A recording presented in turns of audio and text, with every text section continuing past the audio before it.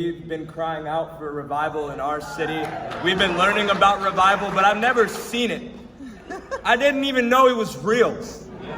I'm just sitting in class and they're telling us all these stories on college campuses and then going across the nations. And we're like, when is this going to happen? And then they lock you in a prayer room and you're just like, hey, you got to ask for it. And we're just sitting there like, God, I'm asking.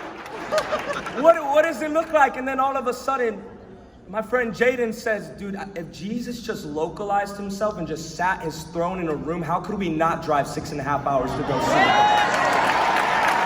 And we get here, and it was like we get here at like 6 a.m. and it's completely silent. And I'm like, well, is this revival, God? And we walk upstairs because we're kind of nervous. We're like kind of shaking already. We didn't get any sleep. Just they're terrible road trip partners. They both fell asleep. I drove most of the way. But besides that, we go upstairs and there's people like sleeping and we're like, so this is revival, God? No, cool, this is awesome. And then chapel starts and immediately we just see people flooding in.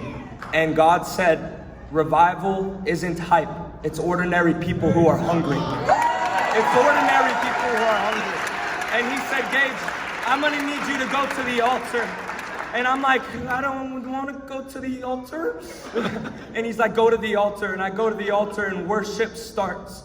And he's like, this is revival, look left. And I look left and there's this young college woman getting prayed over by an older woman. And he says, look right. And then there's this young guy praying over an older guy. And he says, look behind you. And everyone's just raising their hands. And he said, Gage, this is revival. It isn't hype. It's ordinary people crying out for a move of God in our generation. And I'm here to talk to everybody in this room who is hungry. What an honor. What an honor it is to be here. Revival's real.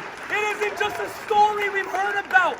It's come. And it's not just come here today, but it's about to spread out to the nations. It's about to spread out to the United States. And I'm here to talk to every young person in this room. I just gave my life 1.5 years ago to Christ, and it has been the greatest thing I have ever done. I left everything, and I'm here to talk to every young person in this room. Forget the job, forget the girl, forget the guy, forget everything. He's worthy, he's worthy, and I'm here. And I'm just saying, oh, it's such an honor. If you don't feel that joy inside of you, I don't know what's going on. It's real. Amen. I love you guys.